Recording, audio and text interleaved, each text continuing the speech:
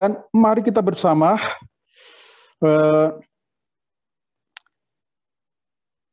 membaca firman Tuhan dari Kejadian pasal yang ke-12.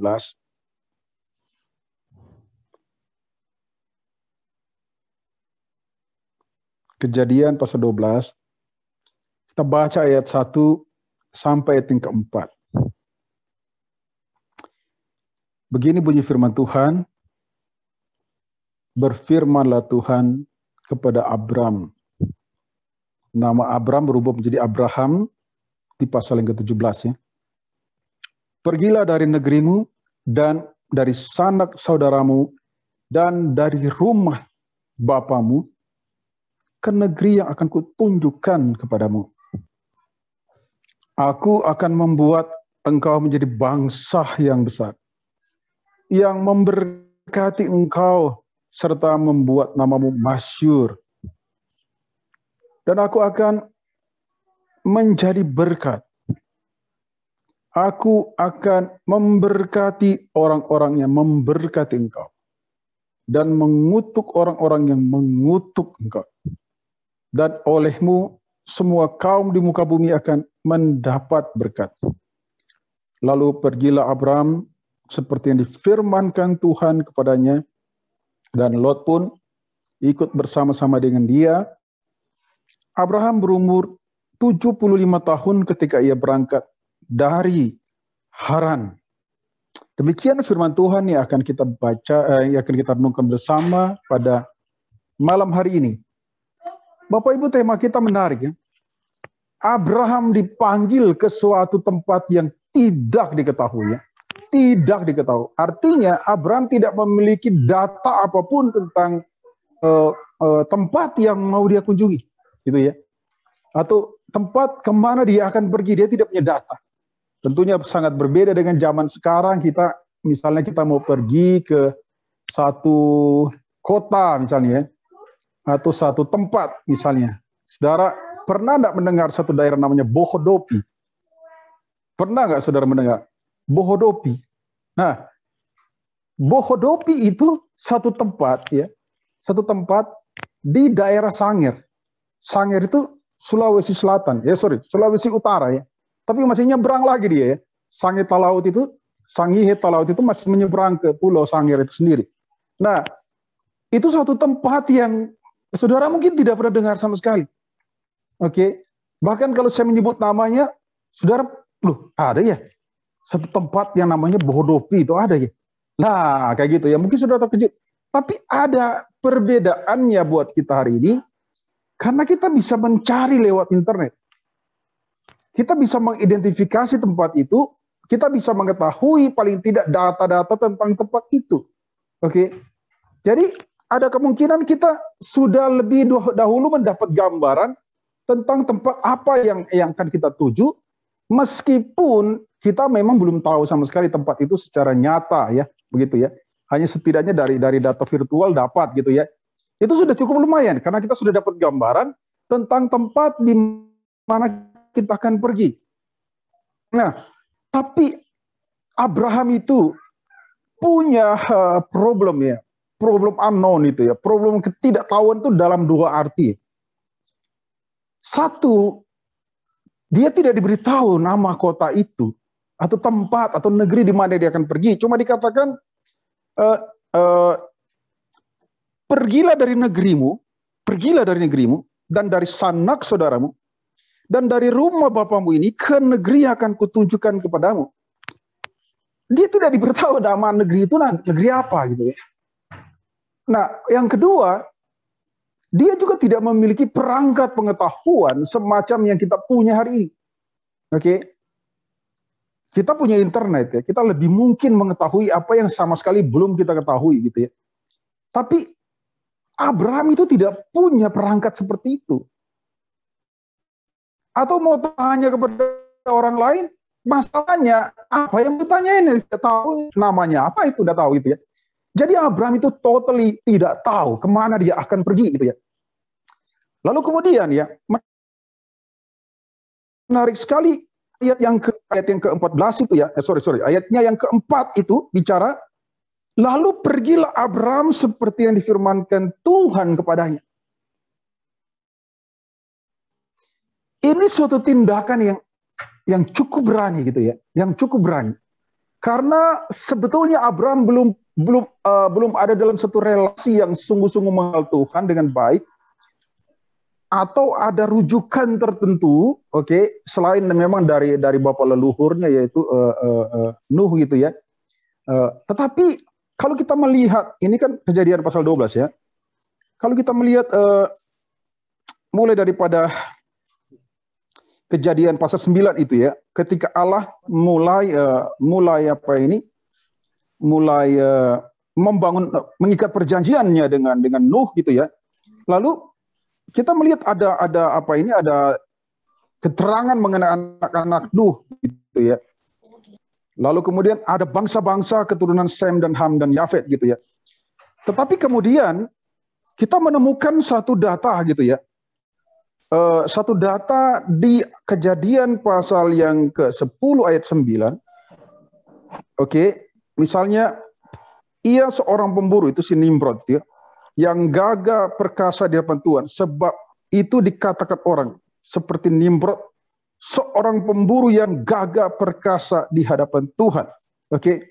Nah, ayat ke-12, ayat ke-10 ya. Mula-mula kerajaannya terdiri dari Babel, Erek, Akkad, dan semua tanah di Senia. Terus dilanjutkan ya. Ayat yang ke-11 itu antara dikatakan ya, lalu ia mendirikan Niniwe gitu ya. Nah, itu adalah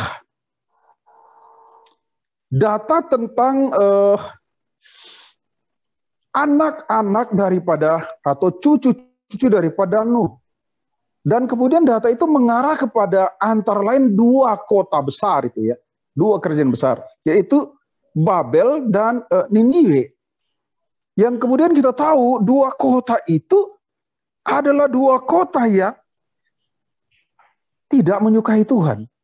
Tidak menyukai Tuhan ya. Jadi kemudian kita menemukan kisah di dalam ayat yang ke-11 itu ya, Kejadian 11 itu ya, Menara Babel itu tentang kisah daripada bagaimana orang menunjukkan ketidaksukaannya kepada Tuhan karena mereka itu mau mencoba mencapai bagaimana menjadi Tuhan itu. Oke. Jadi ini menunjukkan suatu usaha untuk menentang Tuhan. Memang pernyataan yang tadi disebutkan mengenai Nimrod itu ya, ayat 8 dan 9 dari Kejadian 10 itu ya, Kus memperanakan Nimrod, dia yang mula-mula sekali orang yang berkuasa di bumi, ia seorang pemburu yang gagah perkasa depan Tuhan. Sebab itu dikatakan orang seperti Nimrod, seorang pemburu yang gagah perkasa di hadapan Tuhan. Nah, dalam bahasa aslinya, kata di hadapan Tuhan itu, saudara ya, memiliki makna yang kemungkinan menunjukkan bahwa Nimrod itu adalah seorang yang menentang Tuhan. Nimrod itu berdiri di hadapan Tuhan sebagai orang yang merasa gagahnya luar biasa dan merasa dia memiliki suatu dasar untuk bisa menentang Tuhan. Oke. Maka Nimrod dikaitkan dengan Babel. Babel yang kemudian memiliki kisah bagaimana dengan kesombongan itu mau seperti Tuhan. Oke. Mencari nama itu ya, nama Babel itu mengatakan mereka mau mengusahakan apa yang mencari nama agar mereka itu seperti Tuhan. Nah, apalah kota lainnya dikaitkan dengan Nimrod tadi Niniwe. Kita tahu Niniwe itu yang ada kisah Yunus itu ya, yaitu Niniwe itu digambarkan sebagai kota yang tidak tahu mana tangan kanan mana tangan kiri, jahatnya luar biasa. Nah, kemudian kita melihat Kejadian pasal yang ke-11 itu akan mengarah akhirnya kepada panggilan Abraham di pasal yang ke-12 ya. Tidak diceritakan di situ bagaimana Abraham ini lahir ya dari garis keturunan yang sangat mengasihi Tuhan, yang sangat mengenal Tuhan.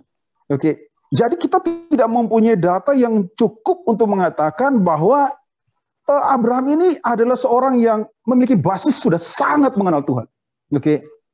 Dengan kata lain, ketika Abraham itu mengambil keputusan untuk mengikuti Tuhan. Itulah kali pertama Abraham menaruh seluruh keyakinannya kepada Tuhan dalam arti yang sungguh-sungguh sebagai orang yang percaya kepada Tuhan. Oke, artinya ini betul-betul sebuah tindakan iman karena oke lah mungkin Abraham ini mendengar banyak kisah di belakang sana ya. Tapi barangkali dia tidak berada dalam satu keluarga yang menunjukkan komitmen iman yang sangat kuat itu. Oke. Bahkan antara lain itu ya, antara lain sepupu dia itu yang nama Nimrod itu ya, atau bagian dari keluarga besar dia bernama Nimrod itu justru mengarah kepada orang yang melawan Tuhan gitu. Nah, inilah satu informasi yang menarik. Dan kemudian Abraham ini layak disebut bapak orang beriman. Karena dari tidak betul-betul mengetahui ataupun memiliki relasi yang sangat kuat dengan Tuhan. Lalu mendengarkan Tuhan memanggil dia. Dia tidak bertanya, siapa engkau? Oke, ngapain saya mau dengarkan engkau? Kenapa saya harus meninggalkan kenyamanan saya? Kenapa saya harus meninggalkan sanak famili saya? Keluarga saya gitu ya, tempat tinggal di mana saya sudah berada sejak lama, kota di mana saya dibesarkan, kenapa saya harus meninggalkan? Emang siapa engkau? Tidak ada pernyataan protes seperti itu. Hal yang sama juga ditunjukkan ketika Tuhan meminta Ishak untuk dipersembahkan sebagai korban. Persis sekali dengan kejadian 12 ini. Tidak ada ungkapan yang menyatakan Abraham menunjukkan keberatan atau Abraham menunjukkan sikap kritis terhadap panggilan itu, saudara. Maka kita menemukan sebuah kebenaran. Inilah hidup yang dapat dikatakan sebagai kehidupan penuh iman. Yaitu apa?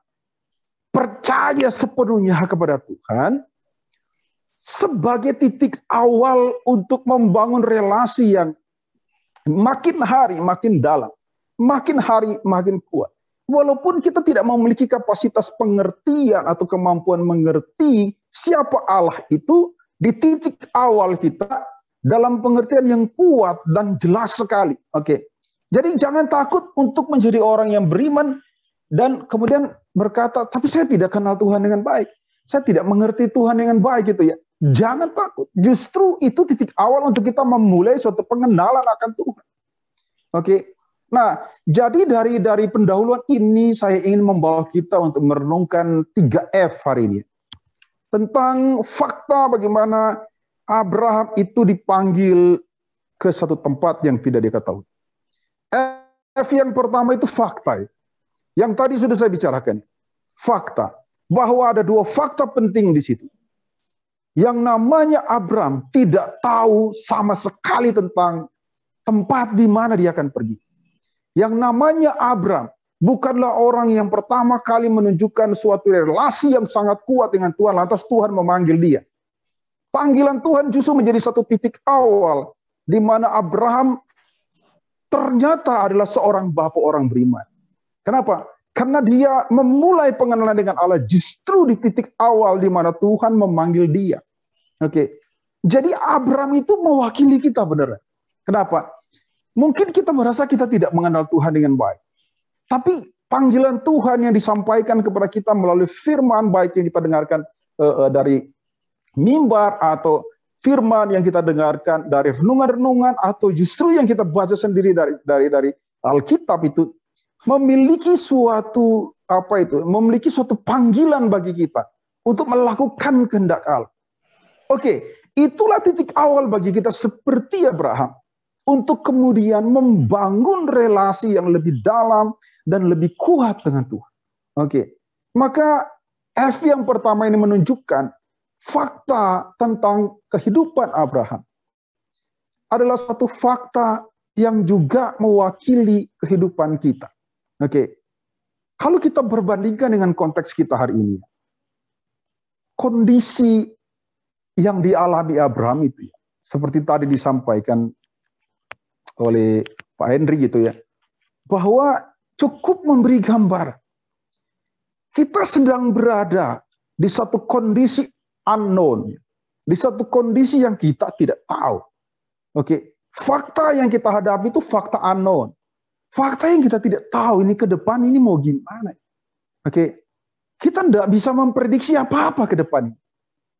Kita bersyukur karena apa yang sedang kita hadapi ini menunjukkan tren yang membaik gitu ya.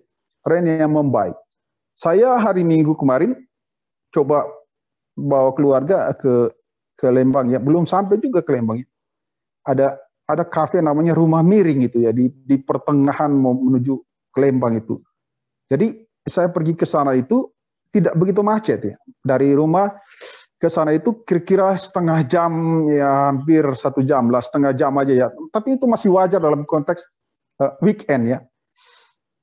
Perginya itu selesai ibadah online ya, kira-kira jam 11-an lah, jam 11-an gitu, atau jam 10, jam 11-an kurang lebih. Jadi masih terbuka jalan. Lalu kami agak lama di sana menikmati alam itu karena kafe itu bagus sekali, dekat banget dengan alam, dengan pemandangan yang bagus sekali. Lalu kami pulang itu sudah sekitar jam 3 kurang lebih ya. Jam 3 atau jam 2 lebih. Begitu keluar dari kafe itu, turun. Walah, udah macet kayak ke Jakarta aja ya. Macetnya stuck ya, berhenti. Maka dari tempat itu sampai ke rumah, dari jam 3 sampai di rumah itu sudah setengah 7 malam. Jadi sudah 3 jam lebih. Wah, satu sisi itu agak kesal juga. Lama sekali perjalanan. Tapi sisi lain itu ada senang juga ya. Kalau dulu macet hanya macet aja ya, kita agak menggerutu ya. Tapi sekarang macet itu saya kok hadapinya dengan ucapan syukur. Kenapa? Puji Tuhan, ada kehidupan lagi di Bandung gitu ya. Ada kehidupan lagi yang kembali seperti dulu gitu ya. Ada rasa syukur. Karena kalau pada waktu PPKM awal-awal itu ya, kita ke Lembang bisa pergi pulang gitu ya. Satu sisi nyaman bisa pergi pulang, tapi sisi lain sedih sekali ya. Aduh, kok kayak tidak ada kehidupan gitu ya, kayak sesuatu yang, aduh ini kok kayak bukan Bandung gitu ya. Jadi kemarin ketika macet itu ya, wah ada kesenangan, ada kehidupan lagi, balik lagi ke Bandung ya. Jadi bisa dinikmati ini keadaan macet ini. Nah, tapi walaupun trennya menunjukkan perbaikan, kita tidak tahu ke depan. Kita tidak tahu apakah ini benar-benar akan sungguh baik gitu ya. Atau ada sesuatu hal-hal yang bisa terjadi ke depan kita tidak tahu. Misalnya ada peringatan lagi, sekarang kan Delta ya.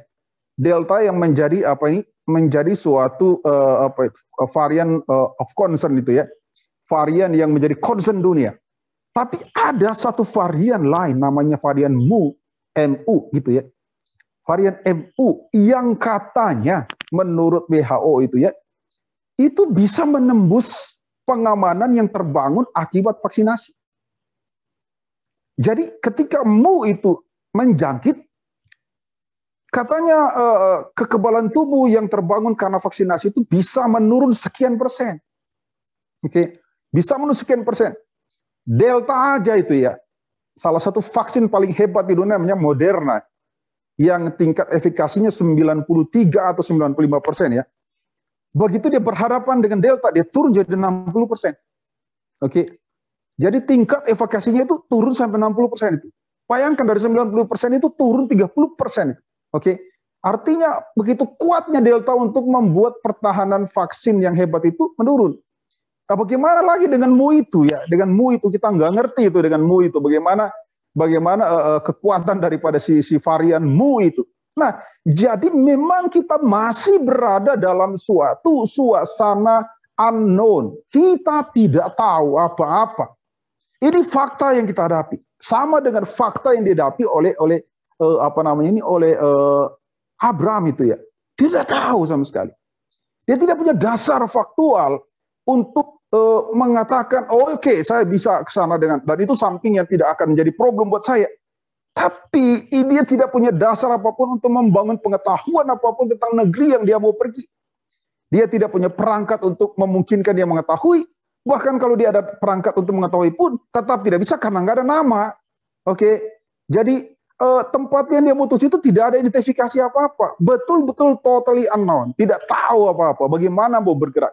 Maka ketika dia melangkah itu, dia melangkah dengan iman.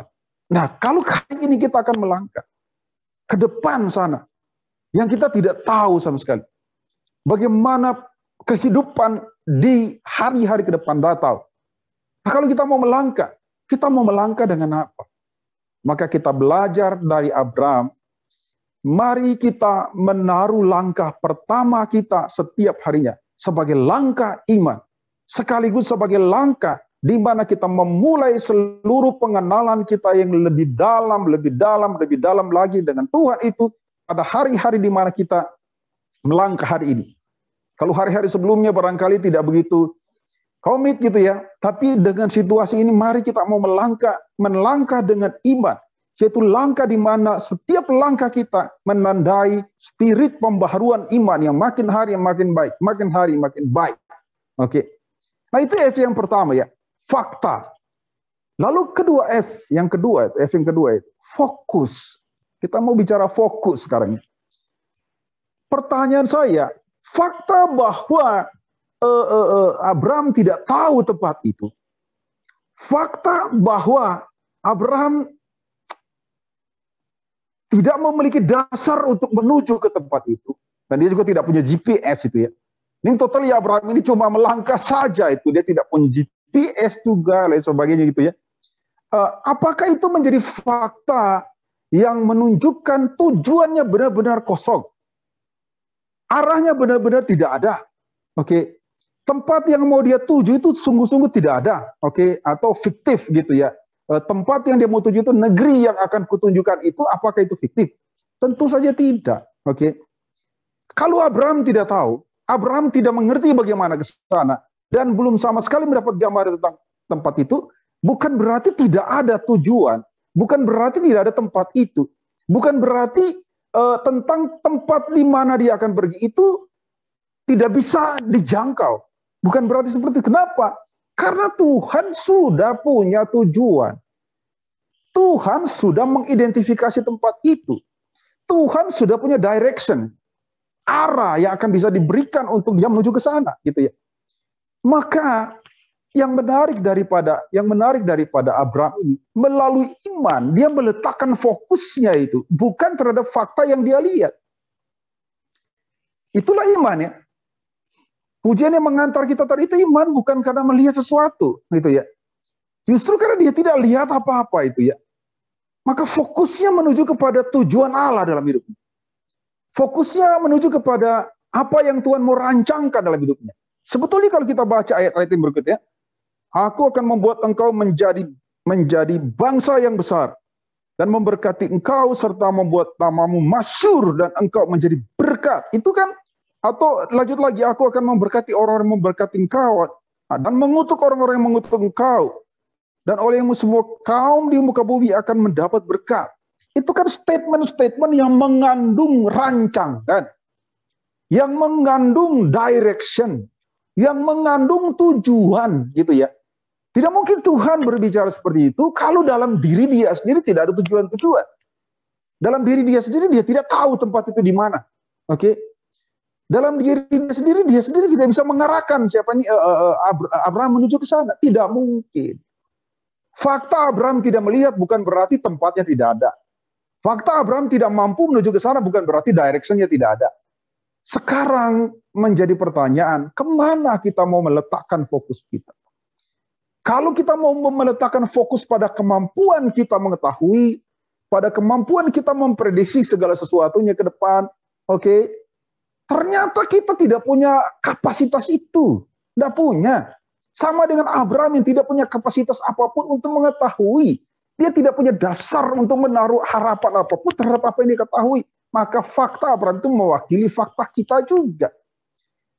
Oke, jadi sekarang ya, belajar dari pengalaman Abraham, kita diajak untuk meletakkan fokus kita itu, atau menaruh fokus kita itu pada tujuan-tujuan Allah. Pada direction Allah. Kepada negeri kemana dia akan membawa kita. Oke. Kita semua punya tujuan. Meskipun fakta yang kita hadapi itu tidak menunjukkan tujuan itu. Kita semua punya arah. Meskipun fakta yang ada di depan mata kita tidak memberi arah itu. Kita semua punya tempat kemana kita akan menuju. Meskipun fakta yang kita hadapi tidak menunjukkan adanya tempat itu. Percayalah. Dia punya fokus. Dia punya tujuan. Dia punya direction. Dia punya tempat yang akan membawa kita kemana kita pergi. Itulah kenapa ayat yang ayat yang kelima itu berbicara Abraham membawa Sarai, istrinya, dan Lot anak saudaranya, dan segala harta benda yang dapat mereka di tanah Kanaan, mereka dan orang-orang yang diperoleh mereka di Haran. Mereka berangkat ke tanah Kanaan lalu sampai di situ. Wah, rupanya ada nama negeri itu. Namanya adalah Kanaan. Dan Kanaan itu eksis, memang ada. Maka mereka bisa tiba di situ. Maka ayat yang kelima dengan ayat yang ke-1 itu berkontradiksi. Oke. Dalam pengertian apa? Di ayat 1 tidak ada pengetahuan apapun tentang tempat itu. Oke, cuma disebut negeri yang akan kutuju itu, yang akan kuberikan kepadamu. Di situ tidak tahu di mana negeri itu, apa namanya, bagaimana cara di sana. Ayat 5 menginformasikan kepada kita rupanya negeri itu memang ada. Namanya Kanaan, oke? Dan mereka bisa menuju ke sana dan akhirnya tiba di situ. Itu yang disebut di dalam ayat kelima. Ayat kelima bagian akhir itu ya. Lalu sampai di situ, saudara ya. Lalu sampai di situ, Abraham berjalan ayat 6 melalui negeri itu sampai ke satu tempat di Sikem, yakni pohon terbantin di More. Waktu itu orang Kanaan diam di negeri itu. Ternyata sudah ada penduduknya, oke? Sudah ada orang yang eksis di sana. Berarti itu satu tempat yang sudah menjadi pemukiman tertentu, oke? Jadi ini bukan tujuan fiktif. Ini suatu tujuan faktual yang kemana Abraham akan menuju dan tiba di sana. So, ayat 5 ini memberikan kekuatan kepada kita. Kalau hari ini kita belum melihat sasaran kita. Kalau hari ini bahkan kita tidak melihat arah kita. Kalau hari ini bahkan kita tidak dapat menetapkan tujuan-tujuan. Apakah itu tentang keluarga, tentang bisnis, tentang kehidupan kita ke depan, menetapkan tujuan-tujuan, tidak bisa menentukan arah, tidak bisa menentukan lokasi kemana kita akan pergi, saudara. Tapi percayalah, tempat itu ada. Arahnya jelas. Tujuannya ditetapkan. Pertanyaannya, kemana fokus kita akan kita arahkan? Kepada kita sendiri atau seperti Abraham? Kepada Allah. Maka inilah yang menjadi firman Tuhan malam hari ini. Kalaupun kita tidak melihat tujuan, tidak melihat arah. Kalaupun kita tidak memiliki tujuan, kalaupun kita tidak memiliki tempat di mana akan kita pergi, percayalah semuanya itu ada. Allah memiliki tujuan, Allah memiliki arah, Allah memiliki tempat di mana kita akan berada nantinya. Setelah masa pandemi ini, bahkan kita akan melalui masa pandemi ini untuk tiba di tempat mana Tuhan akan membawa bukan cuma bangsa Indonesia, tapi seluruh dunia kemana Tuhan akan membawa. Dia sedang merancangkan jalan-jalan menuju ke sana. Dengan demikian kita bisa tetap tenang. Ilustrasinya seperti ini, saudara. Ilustrasinya seperti ini. Waktu saudara naik pesawat, saudara bisa nggak melihat jalannya kemana? Oke. Saudara bisa nggak melihat, ini sudah lewatin ini, ini udah sampai sini nih. Saudara bisa melihat nggak, gitu ya? Kalau pilot mungkin bisa melihat dia ya. Tetapi pilot melihat secara apa? Secara virtual ya. Secara virtual, dia tidak melihat secara kasat mata itu jalan yang dilaluinya ini mungkin akan sampai sini. Lalu ini sudah di daerah apa, kita melewati apa sebagainya. Mungkin pilot akan lebih baik tentunya pengetahuannya daripada kita. Tapi kita sendiri, apakah kita bisa melihat jalan-jalan menuju ke tempat di mana akan kita menuju? Tentu kita tidak bisa melihat. Kita tidak memiliki kapasitas untuk mengetahui bagaimana jalannya pesawat itu akan tiba di tempat yang kita tuju. Tapi kenapa kita tetap tenang? Walaupun kita tidak melihat jalan. Walaupun kita tidak melihat arah menuju ke sananya. Kenapa? Karena tujuannya ada. Arahnya jelas. Dan tempatnya ada. Itu kita taruh dalam pikiran kita. Itu yang membuat kita tenang. Oke, tahu-tahu kita sampai di tujuan dengan selamat dalam pertolongannya. Nah, itu juga yang hari ini mau kita bicarakan. Jangan menjadi lemah. Jangan menjadi pesimis. Karena kita tidak tahu apa yang akan terjadi ke depan. Percayalah, ketidaktahuan kita tidak sama dengan ketidaktahuan Allah. Bukan karena kita tidak tahu, lalu Allah juga tidak tahu. Tidak. Kita tidak tahu, tapi Allah tahu. Kita tidak punya, tapi Allah punya. Kita tidak mampu, tapi Allah mampu. Itulah yang membuat kita tetap memiliki fokus. Karena tipun fakta di depan kita ini adalah satu fakta yang tidak memiliki tempat untuk sebuah fokus. Dan yang terakhir, saudara, F yang terakhir itu faham. Faham itu berbicara understanding, berbicara pengertian.